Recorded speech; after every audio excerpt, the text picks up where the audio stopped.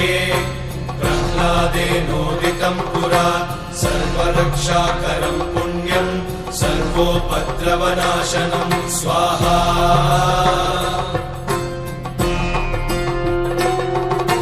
सर्वसम्पत्करं चैव स्वर्गमोक्षप्रदायकं ध्यात्वा नृसिंहं देवेशं हेमसिंहासनस्थितं स्वाहा।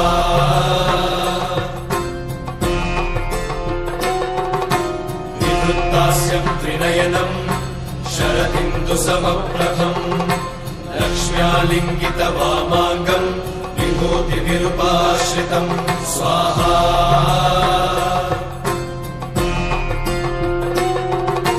चतुर्भुजं कोमलाङ्गं स्वर्णकुण्डलशोभितं श्रिया सुशोभितोरस्कं रत्नकेयूरमुद्रितं स्वाहा।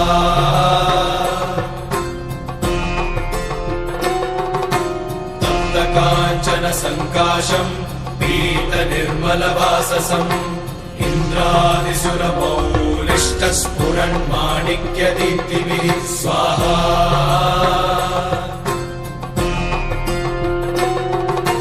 लीलाधिपद्मं शङ्खचक्रादिहेतिभिः गरुत्मता च विनयात् स्तूयमानं मुदान्वितं स्वाहा।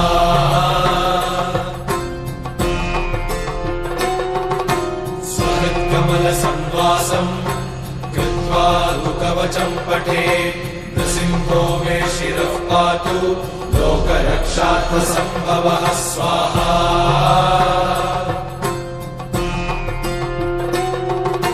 सर्वगोपिस्तम्भवासः फालं मे रक्षतु ध्वनिं नृसिंहो मे दृशौ पातु सोमसूर्याग्निलोचनः स्वाहा।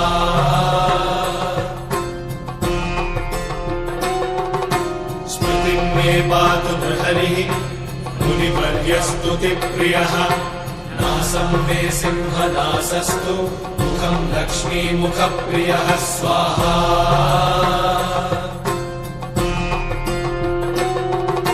सर्वविद्याधिपः पातु नृसिंहो रसना मम वक्त्रं पात्विन्दुवदनं सदा प्रह्लादवन्दितः स्वाहा।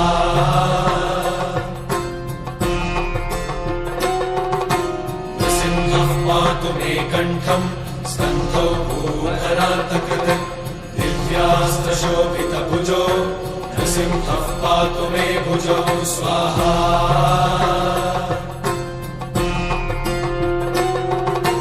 करौ मे देववरदो नृसिंहः पातु सर्वतः हृदयं योगिसाध्यश्च निवासं पातु मे हरिः स्वाहा।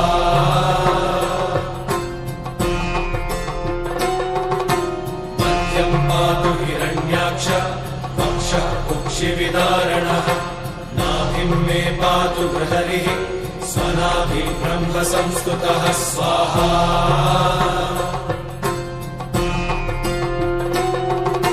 ब्रह्माण्डकोटयः कट्यां यस्यासौ पातु मे कटिं गुह्यं मे पातु गुह्यानां मन्त्राणां गुह्यरूपधृक् स्वाहा।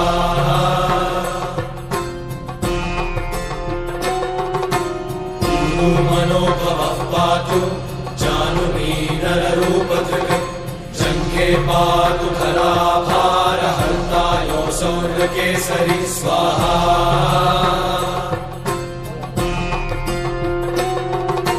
सुरराज्यप्रदः पातु पादौ मे बृहरीश्वरः सहस्रशीर्षा पुरुषः पातु मे सर्वशस्तनं स्वाहा।